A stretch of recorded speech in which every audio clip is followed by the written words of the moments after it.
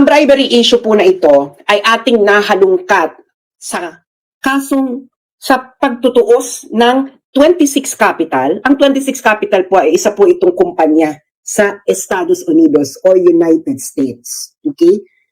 Ngayon, merong pagtutuos. Okay? Court case ang 26 Capital laban sa Tiger Resort Leisure and Entertainment Incorporated. Okay. Sa mga hindi po nakakaalam kung ano po ang Tiger Resort Leisure and Entertainment Incorporated, ang Tiger Resort Leisure and Entertainment Incorporated po ay under ng Universal Entertainment at sila po ang may-ari ng nagpapatakbo ng Okada, Manila. Okay, nagkakaintindihan po tayong lahat. Okay? Yung mga vlogger po sa YouTube na gustong i-reblog ang aking content ngayon, you are free to do so. Okay, you are free to do so. Okay, so i-share nyo lang po muna ito, yung mga kakadating pa lang. Nagkakaintindihan ba tayo? Okay, ulitin natin ha, para malinaw. Ang bribery issue ni House Speaker Martin Romualdez ay lumabas dahil sa kasong isinampa ng 26 Capital, isang kumpanya sa United States, laban sa Tiger Resort Leisure and Entertainment Incorporated. Ang Tiger Resort Leisure and Entertainment Incorporated ay under ng Universal Entertainment na may-ari ng Okada, Manila. Okay. Following? Okay. Click share po yung mga kararating pa lang. Click share.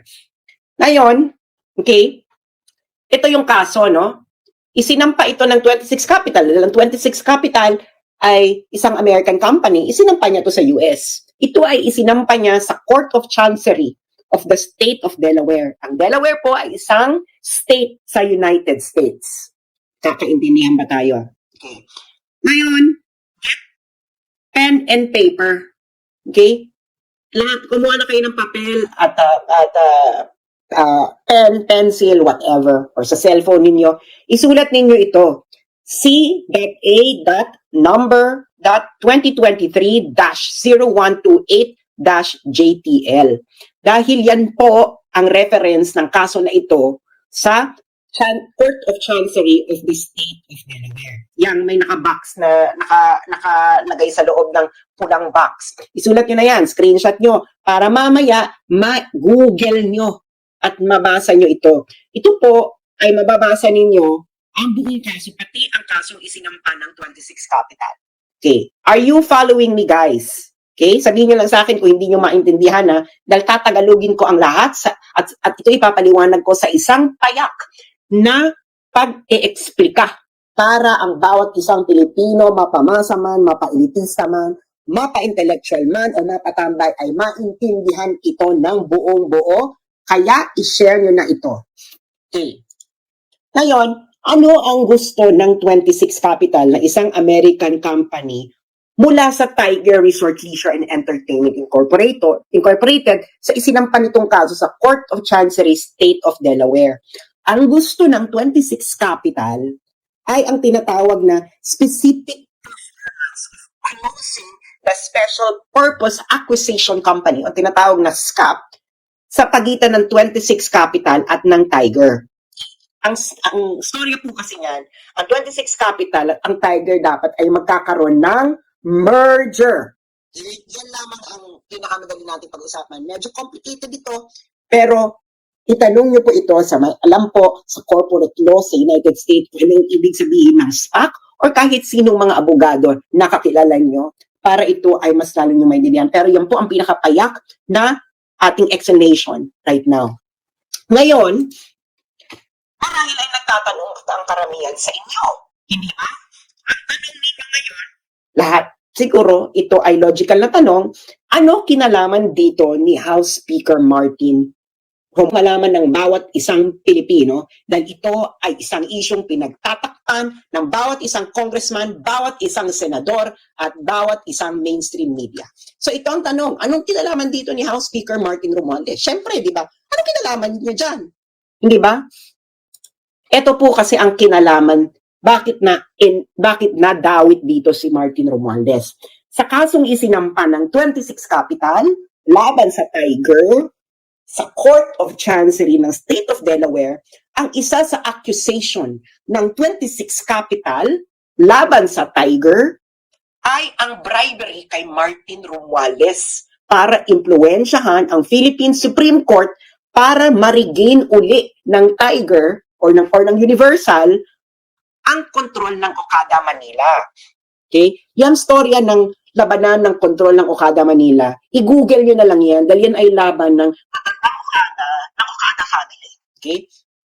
So, para dito lang, doon lang muna tayo ilimitahan. Okay? Kinailan ang accusation ng 26 Capital at Tiger Universal Entertainment, okay, ay nag-bribery kay Martin Romualdez para impluwensyahan ang Philippine Supreme Court para makuha ng isang Okada faction uli ang kontrol ng Okada Manila. Naintindihan nyo? Ngayon, bakit ito ngayon ipinasok ng 26 Capital na issue? Kasi ang gawain na ito ay tinatawag sa Amerika na breach of ordinary course covenant.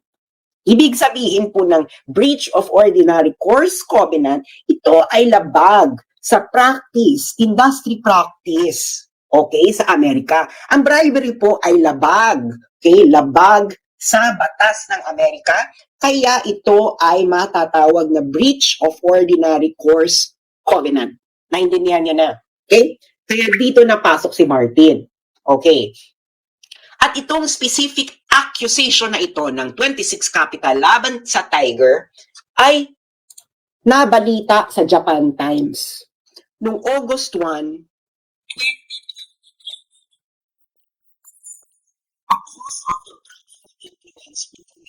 kasi Japan Times po yan nagbalita. Hindi po ito basta-basta ang publikasyon. Okay? Japan Times. Ngayon, nung pumutok ito last year, kasi August 1, 2023, July 2023, sinampa yung kaso sa Amerika. Nabalita August 1, 2023. Nung pumutok ang issue na ito ang sinabi ito ang naging response. Okay? Ito ang naging response ng ating Honorable Congressman, House Speaker, Martin Romualdez. Ever as a bribery scheme, and were you ever involved in it? Well, we've reached this point in our career, and we've known when to dignify questions, queries, or allegations. And when it comes to fake news, we just don't dignify it, and we don't give it any credence. So there's no truth to it, and we just leave it at that. And we just try to focus on the issues that have credibility and. So narinig niyo yung sinabi niya. Ang sabi niya, ayaw niyang i-dignify ang issue na ito na ibinalita ng Japan Times dahil daw ito ay fake news. Okay? Yung mga karating lang, please share. Okay? Dahil fake news daw ito. Kaya hindi niya i-dignify. But were you ever contacted to appear in the case in the US? No, that's why I'm really very puzzled why this is even coming up. Sir, and you're also denying na on July 27, 2022, based on that report, Okada Manila officials allegedly brought some quote-unquote heavy luggage with quotes an item to Romualdez. I just like to get your reaction to that. Again, nothing of that sort ever occurred. That's why It didn't occur. never. Okay, sir. Thank you. So, papaalala ko yung sinabi niya ha, hindi raw nangyari yung heavy luggage issue.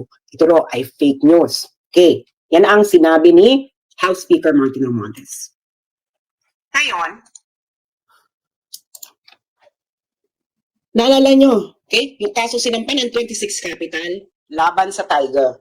Okay, na-desisyonan ito noong September 7, 2023. Okay, September 7, 2023. Ang nag-decide nito, okay, ng kasong ito, okay, pati na yung issue ng raise ng 26 Capital na nag-engage ng improper influence itong Tiger Resort sa Pilipinas sa pagbabribe kay Martin Romualdez, kasama ito sa naging desisyon kung may nangyari bang ganon.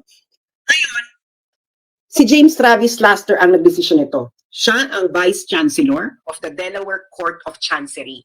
Okay? Ngayon, get your pen and paper. Okay? Maybe ilalagay ko dito. I-screenshot nyo yan. Okay? I-screenshot nyo yan. Yung link dyan.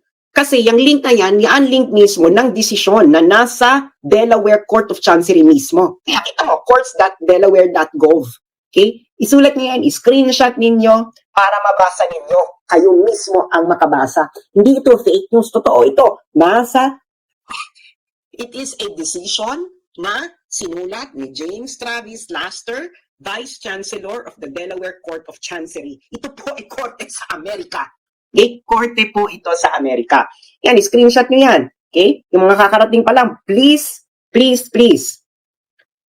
Click share. Pag-usapan nyo itong kayo magpapamilya. Okay. Now, let's now go to the decision. Okay? Okay. Ang pupuntahan natin dito is factual background. Okay. Okay.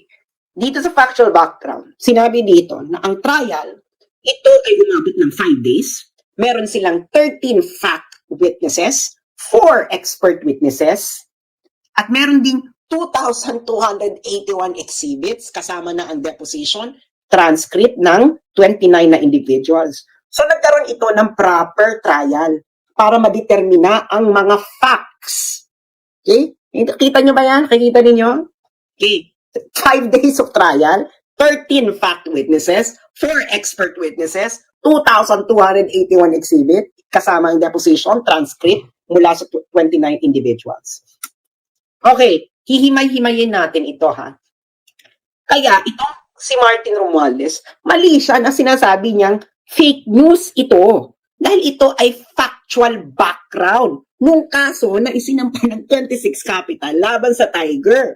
Okay? At itong factual background na ito ay dinetermine ng isang huwes sa Amerika na si James Travis Laster na Vice Chancellor ng Delaware Court of Chancery. Okay. So, ang relevant dito kay Romualdez ay yung page 36. Page 36 ng desisyon ni Laster. At ang title nung part na yon ay yung The Dodgy Bargain. So, himayin natin to paragraph by paragraph. Okay.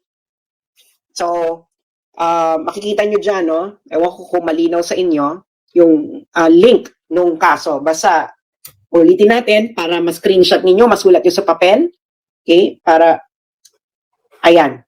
So, para masulat ninyo sa papel at kayo mismo ang pumunta sa korte mismo ng court ng Delaware Court of Chancery para kayo na mismo kapag-download. At ang relevant kay Romualdez dito ay page 36. Okay, page 36. Okay. Okay. Hihimay-himayin natin ngayon itong factual determination. Pupunta tayo paragraph by paragraph. Okay. Paragraph 1. Okay, ng part na the dodgy bargain. Ang ibig sabihin ng dodgy ay suspicious, not above board, illegal,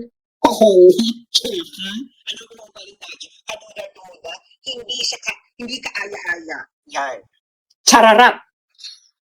Okay, ito yung paragraph 1. Sabi sa paragraph 1, itong Universal at yung Tiger, okay, they attempted na makuha uli ang control ng Okada, Manila through a judicial process. Okay? Ngayon, yung Tiger, nag-file na sila ng motion for reconsideration sa Supreme Court. Okay? Kaso nga, nagkaroon ng takeover na yung matandang Okada. Okay? Ngayon, yung pagkatapos ng takeover, yung Tiger, nag-file sila ng supplement noong June 9, 2022 sa Philippine Supreme Court. Yung Philippine Supreme Court, deadma, hindi sila nag-respond doon sa isinampang motion ng Tiger. Ngayon, ito ay paragraphs 2 and 3. Ngayon, nung June 3, 2022, okay? Again, ito ay facts. Facts. Okay? Na dinitermina ni James Travis Laster, Vice Chancellor of the Delaware Court of Chancery, sa isang hearing, totoong trial, hindi ito kangaroo court na katulad sa Philippine Congress. Noong June 3, 2022, si Michelle Lazaro, okay, ay nag-suggest ng isang alternative sa judicial process. Okay? Si Lazaro ay director ng Tiger at corporate secretary rin siya ng Tiger. Okay? Yung isang director din ng Tiger na si James Lorenzana, kasabwat ni Lazaro, ay pareho daw nasa elite circles ng Pilipinas. Ngayon, itong si Lazaro, si Michelle Lazaro, nag-email siya kay Asano, Takeuchi, at isa pang Universal Director. In-explain ni Michelle Lazaro sa mga Hapon na ito, okay, na siya, si Michelle Lazaro at si James Lorenzana, ay may isang relasyon sa isang common friend na isa daw key figure sa Philippine politics na tumulong na rin daw dati sa Universal. Okay? At ito raw ang best option ng Universal para makuha uli ang kontrol ng Okada. Okay. Yung batang Okada yan. Okay. Ngayon, ang sabi ni Michelle Lazaro sa email, the key person, our common friend, feels that my involvement moving forward is indispensable, such that he was reluctant to provide further assistance or to pursue any potential partnership unless her concerns were addressed. So, ang sabi ni Michelle Lazaro, kailangan si Michelle Lazaro sa deal na ito. So, ang ibig sabihin niya kung anong kailangan involved si Michelle Lazaro, yan ang sinabi daw sa kanya ni Martin Romualdez. Anong evidence ang nakuha nila dito? Yung email mismo ni Michelle Lazaro. Okay? Kasi sa Amerika po, meron pong tinatawag na discovery proceedings. Ibig sabihin discovery proceedings, lahat ng evidence na kailangan mo sa kalaban mo ay pwede mo makuha, emails, text, etc. Kaya nakita niyo yung ni Amber Heard saka ni Johnny Depp, may discovery proceedings yun. Kaya nga, di ba, ang daming evidences na alam nila pareho. Kasi yun, saka may nakita pa, di ba, may mga lumabas pa mga text messages si Johnny Depp, si Amber Heard, ayun ay nakuha through discovery proceedings. Okay. Ngayon, ang sabi ni Michelle Lazaro, ang common friend daw na yun, okay, ay si Martin Romualdez, Speaker of the House for the Philippines. Ito ang sinulat mismo ni James Travis, Vice Chancellor ng Delaware Court of Chancery. Ang common friend daw ay si Martin Romualdez, ang Speaker of the House for the Philippines, nephew by blood ni Philippine First Lady Imelda Marcos, nephew by marriage ni former Philippine President Ferdinand Marcos, pinsan ni Philippine Senator Amy Marcos, at pinsan din ni Ferdinand Bongbong Marcos. Okay? Yung JX674 na yan, evidence yan. Okay? Yan ang source ng evidence na nakita ni James Travis Laster. Kaya nga pag pumunta tayo sa Delaware at pinakuha natin ang buong kopya ng buong kaso, makikita natin lahat. Pero dito muna tayo mag-focus sa desisyon. Okay. Ngayon, sabi pa ng ang nakalap na fact ng Vice Chancellor ng Delaware Court of Chancery para ma-confirm ni Lazaro ang kanyang connection, itong si Lazaro, Michelle Lazaro, nag-text siya kay Takeuchi, yung Hapon, no, ng Universal, ng dalawang pictures ni Lazaro kasama si Romualdez. Okay. Ngayon, sabi daw ni Lazaro sa text, yung pangatlong individual doon sa picture ay ang chair ng Philippine Gaming Commission. Okay. Ngayon, sino to si Michelle Lazaro at James Lorenzana? At bakit nga ba ito malapit kay Martin Romualdez? Okay. Itong si Michelle Lazaro ito ay anak ni Lolong Lazaro na isang close friend ni Martin Romualdez. Okay, i-google niyo ito. Nung namatay si Lolong Lazaro, itong si tatay ni Michelle Lazaro, itong si Martin Romualdez ay nag-deliver pa ng eulogy sa pagsalamay ng tatay ni Michelle Lazaro. Itong si James Lorenzana ay fraternity brad ito ni Martin Romualdez sa Upsilon Sigma Phi. Kaya ganyan sila kalapit kay Martin Romualdez. Okay, paragraph 5. Ngayon, yung email ni Lazaro ay meron daw term sheet. Okay, ito ang mga demands ni Lazaro. Dapat si Lazaro at Lorenzana ay kailangan tumanggap sa Tiger ng $35,000 per month. Okay, ito yung mga condition ni Michelle Lazaro para si Martin Romualdez ay tumulong. Okay, ay tumulong. Okay, kailangan daw si Lazaro Lorenzana ay magkaroon ng bayaran ng $35,000 per month, net of taxes. 35,000 net na yan. Ngayon, yung board ng Tiger ay kailangan palawakin daw, kailangan maging 30 ng miyembro, at kailangan si Lazaro at Lorenzana ay may karoon ng karapatan na mag-designate ng 6 na members doon sa 30 members. At ngayon, meron pa sila ibang dinamay na officers na kailangan din bigyan ng pabuya, si Yip at Van der Sande. Okay.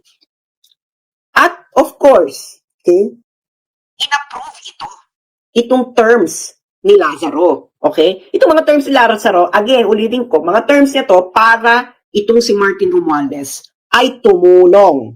Okay? Ngayon, si Fujimoto, pinirmahan din to. Nakikita nyo yung mga JX665, J656, JX656. These are references. References po ito sa mga documentary evidence na nakalap ng Delaware Court of Chancery. Okay. Ngayon, paragraph 6 and 7. Ang plano daw, okay, ang plano ay kasama sa plano ay dapat may i-deliver kay Romualdez. Okay? Yan ang plano. So, besides doon sa mga demands ni Michelle Lazaro, kailangan din daw ay may ibigay kay Romualdez. So, ang nangyari, yung head ng Universal, okay, yung Universal, ito po ang parent company ng Tiger, at ang Universal ang may-ari ng Okada. Okay. Ang Universal, nagkaroon ng business trip sa Pilipinas. At may daladalang heavy luggage. At yung heavy luggage na yon ay merong item para kay number 2. Ang number 2, ito po ang tawag kay Martin Romualdez. Number 2 si Martin Romualdez daw sa Philippine politics. Hindi si Inday Sara na Vice President. Si Martin ang number 2. Okay.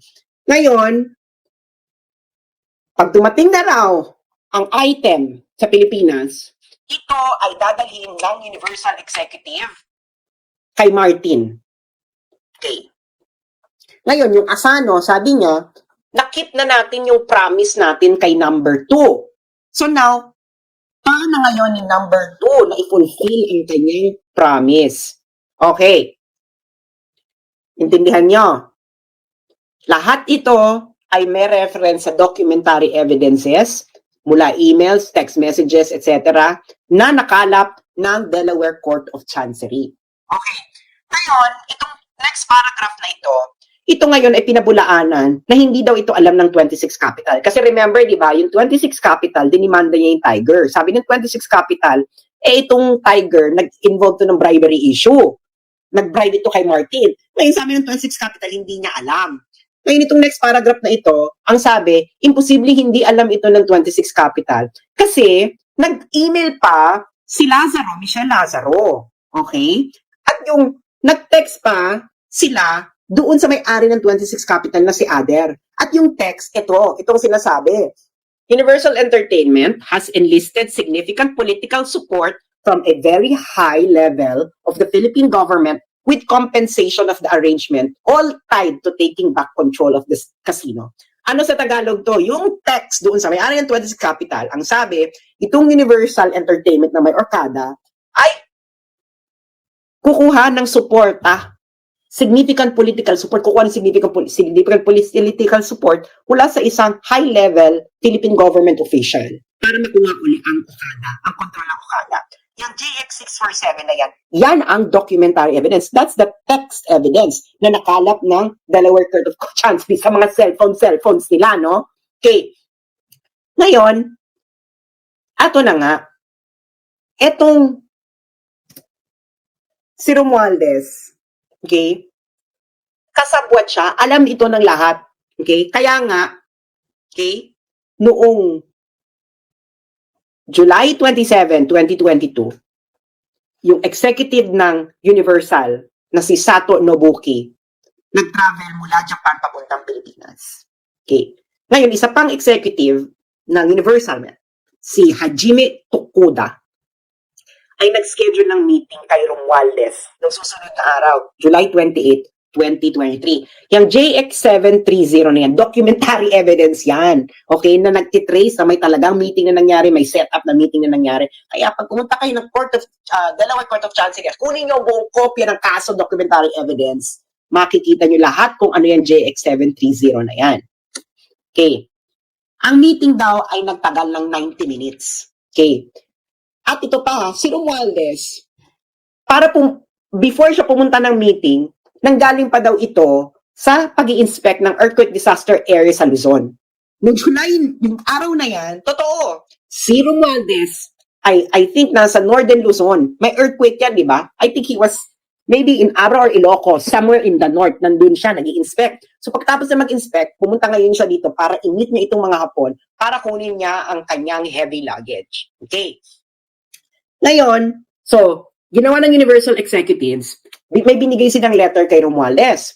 Ang sabi ng mga Hapon kay Romualdez, it would be a huge problem if the ruling by the Supreme Court was prolonged any longer. Sabi nila, magkakaroon daw ng problema pag pinahaba, pag tumagal pa ang pag-issue ng ruling ng Supreme Court. At ang sabi ng mga Hapon kay Romualdez, okay, gusto daw nila ng favor para sa mas maagang resolusyon ng Supreme Court. Okay. So ano daw ginawa ni Romualdez? Okay? Then and there made ex parte calls and sent a text to several members of the Philippine Supreme Court, including its chairman. Sa Tagalog, kamiting ni Romualdez yung mga Hapon. Binigyan ng heavy luggage. Ito ang favor na gusto namin. Ang ginawa ni Martin Romualdez, tinawagan niya ang mga justices ng Supreme Court. Pati na raw ang chairman. So sino ba ang Supreme Court justice ng panahon na yan, July 2022, magsalita ka dahil factual determination to ng korte sa Amerika. Ngayon, sabi ng Universal Executives, yung pressure daw na ginagawa ni number 2 must be working. Okay? Ngayon, ine-expect nila yung intervention ni Romualdez mag-i-end ng takeover ng matandang Okada. Okay? So, in-execute nila yung merger with 26 Capital, etc. Hindi na ito importante dahil hindi ito kasama si Martin sa issue ng merger. Okay. Sabi ni James Travis Laster, no one addressed the legality of this type of arrangement in the Philippines. Kasi illegal to sa Amerika. Okay? Naintindihan niyo yung sinabi ng judge sa Amerika?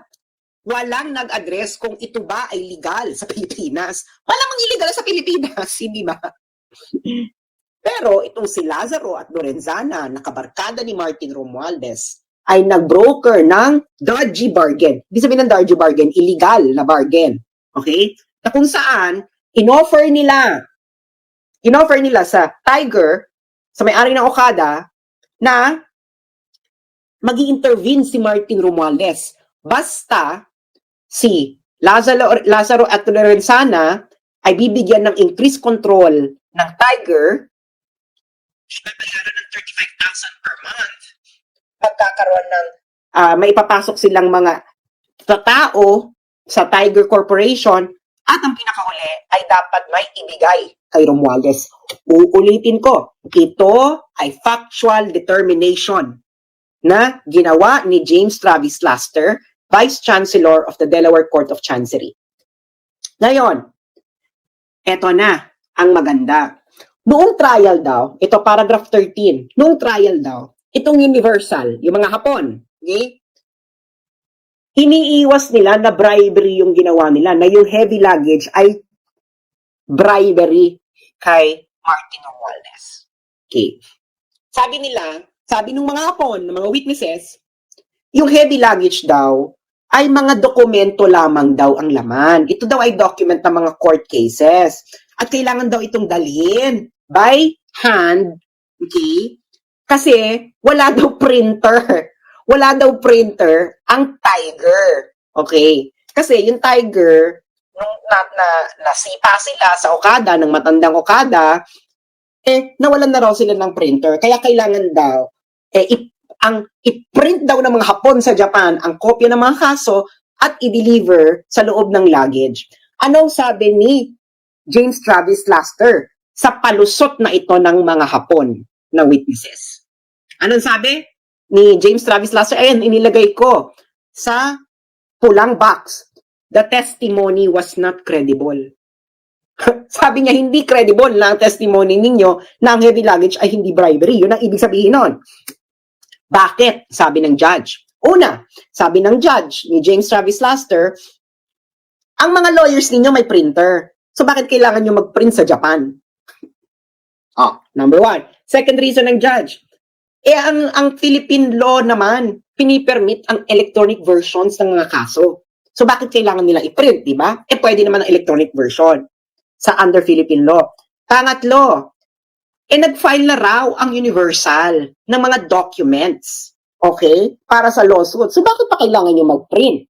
Ikaapat, ngayon, bakit ang senior executive ng Universal ang kailangan magdala ng mga printed documents papunta dito kay Romualdez? Meron naman kayong courier. Ikalima, sabi ng judge, yung mga emails ninyo sa Universal, ang sabi ninyo, yung daladala ninyo ay item. Ito ay napaka-weird na word para sa documents. Actually, yung mga emails ng Universal, punong-puno daw ito ng mga codes katulad ng heavy luggage. Si Martin Romualdez ang tawag number 2. Okay?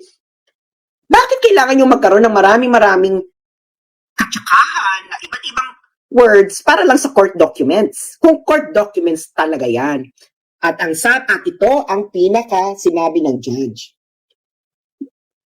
Noong minute ng Universal Executives, ng mga Hapon, si Romualdez, ipinakita nila nga ang letters ng 26 Capital at isang pang kumpanya tungkol sa deal. Pero ang mga letters naman yun ay hindi mabigat. Kaya, itong si James Travis Laster, ang kanyang factual determination, ang heavy luggage na yan, ay part ng dodgy bargain. Sa madaling salita, ito ay bribery. Gusto ko lang sabihin mga kababayan, na sa trial na ito, hindi nag-deny ang mga Hapon na minit nila si Martin Romualdez noong July 2022 at meron silang dalang heavy luggage. Hindi nga, nagpalusot nga lamang ang mga Hapon na ito sa judge sa Amerika na ito hindi bribery. Pero hindi naniwala dito ang judge sa Amerika. Kaya mga kababayan, nakakalungkot ito. Sangkot dito ang Korte Suprema, sangkot dito ang House Speaker ng Pilipinas, at of course, ang Presidente ng Pilipinas, yung pinsan mo, tinotolerate mong ganito. Ito ba ang bagong Pilipinas, Bongbong Marcos? Ito ay kaso, factual determination, na ginawa sa isang korte sa Amerika at hindi sa mga kangaroo court ninyo. At ito ang pinaka nakakalungkot na sinabi ng judge sa Amerika na si James Travis Laster. Ang sabi niya dito, ang mga outcomes daw sa Philippines, sa Philippine courts, ay naaapektuhan ng political influence. Kaya itong 26 Capital, kung dalhin mo to sa Pilipinas, wala ring mangyayari. Kung dalhin mo kung halimbawa, mag-utos si James Travis Laster na ituloy niya yung deal niya sa Tiger, malabong i-honor ito sa Pilipinas dahil nga, ang outcomes pala sa Pilipinas na i-impluensyahan ng mga politiko. At yung mga kalaban daw, itong 26 Capital, gumawa na nga ng dodgy bargain or bribery para makuha yung political influence. So, porke pa? Wag na raw, yung remedy na ituloy, yung i-close yung deal, hindi na kailangan, ay malabong mangyari. Nag-gets niyo? Nag-gets niyo yung sabi? Outcomes sa Philippine legal courts ay na-impluensyahan ng mga politiko. Supreme Court, hindi ba kayo nahihiya? Comment, ito ang observation mula sa factual determination ng isang judge sa Amerika. Hindi nyo pa ito ina-address. Pinag-uusapan na ito ng mga sikat na abogado, mga law firms sa Amerika dahil nga napaka-bizarre daw ng mga facts dito. Lalo na itong involvement na ito ni number 2, ni House Speaker Martin Romualdez. So ang tanong ko mga kababayan, sino ngayon ang fake news sa bribery issue?